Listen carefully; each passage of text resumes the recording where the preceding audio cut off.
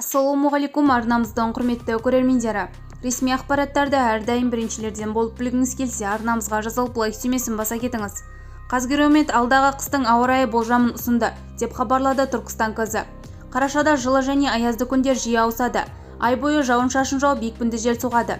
Солтүстік облыстарда кей күндері бұрқасын болуы мүмкін. Қазақстан Республикасының аумағында көктайғақ пен тұман болады. Республиканың солтүстік жартысында, шығысында және орталығында айдың екінші жартысында қысқы аязды ауа райы болады. Суық ауа массаларының енуімен ең суық күндерді термометрлер төмендейді. Республиканың солтүстігінде түнде 20-27 градус, күндіз 8-13 градус.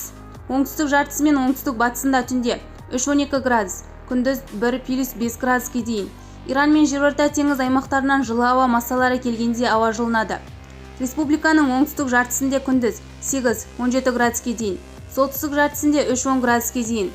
Алдағы қыста Қазақстанның барлық аумағында ауа температурасы климаттық нормадан басым, 1-2 жоғары болады. Тек желтоқсанда Қазақстанның басым бөлігінде ауа температурасы климаттық норма шегінде, ал солтүстігі мен шығысында нормадан 1 градус төмен болады. Қаңтар және ақпанда еліміздің басым бөлігінде жауын-шашын нормаға жақын немесе одан жоғары болады.